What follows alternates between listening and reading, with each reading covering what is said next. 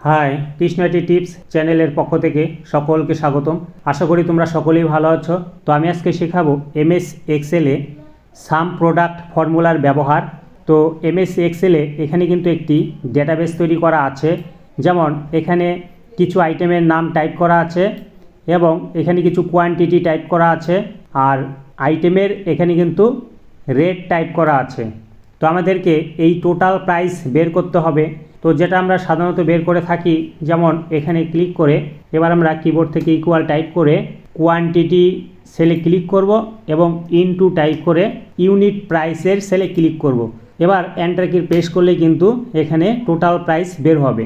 যেমন মাউস এখানে কিন্তু কোয়ান্টিটি হচ্ছে 8 পিস, অর্থাৎ প্রতি পিসের দাম হচ্ছে 220 টাকা।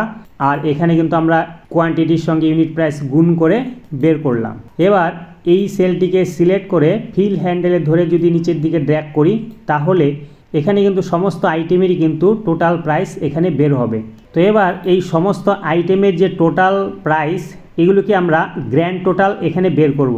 তাহলে এই সেলটিতে ক্লিক করতে হবে। এবার কিবোর্ড থেকে ইকুয়াল টাইপ করে এবার সাম টাইপ করব, ফার্স্ট ব্র্যাকেট। এবার এই টোটাল প্রাইসের সেলগুলোকে মাউস দিয়ে ড্র্যাগ করে সিলেক্ট করব, ব্র্যাকেট ক্লোজ করে এন্টার টাইপ করব। তাহলে কিন্তু আমাদের গ্র্যান্ড টোটাল বের হবে, অর্থাৎ 70,540 টাকা। তো এই কাজটি যদি আমরা সাম প্রোডাক্টের মাধ্যমে করি, তাহলে আমাদের এভাবে বের করতে হবে না, আমরা কিন্তু শর্টকাট এটিকে বের করতে পারবো। তো এই সেলেতে যদি ক্লিক করি, এবার কিবোর্ড থেকে ইকুয়াল টাইপ করে এবার আমরা লিখব সাম প্রোডাক্ট, SUMPRODUCT, ফার্স্ট ব্র্যাকেট। এবার আমরা অ্যারে 1 অর্থাৎ আমাদের কোয়ান্টিটি সেলগুলো মাউস দিয়ে সিলেক্ট করতে হবে, কমা টাইপ করে এবার হচ্ছে অ্যারে 2 অর্থাৎ আমাদের ইউনিট প্রাইসের সেলগুলিকে মাউস দিয়ে ড্র্যাগ করে সিলেক্ট করতে হবে, ব্র্যাকেট ক্লোজ করে এবার যদি আমরা এন্টার প্রেস করি, তাহলে কিন্তু আমাদের এই সমস্ত আইটেমের এখানে গুণ হয়ে গ্র্যান্ড টোটাল বের হবে। যে কাজটা আমরা এভাবে করলাম, অর্থাৎ এই কাজটি আমরা শর্টকাটভাবে এভাবে করতে পারি।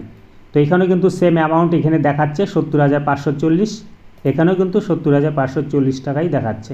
তো ভিডিওটি ভালো লাগলে অবশ্যই একটি লাইক কমেন্ট করবে, আর পরবর্তী ভিডিও পাওয়ার জন্য চ্যানেলটিকে সাবস্ক্রাইব করে পাশে থাকা বেল আইকনটি প্রেস করবে। তো তোমরা সবাই খুব ভালো থেকো, থ্যাংক ইউ।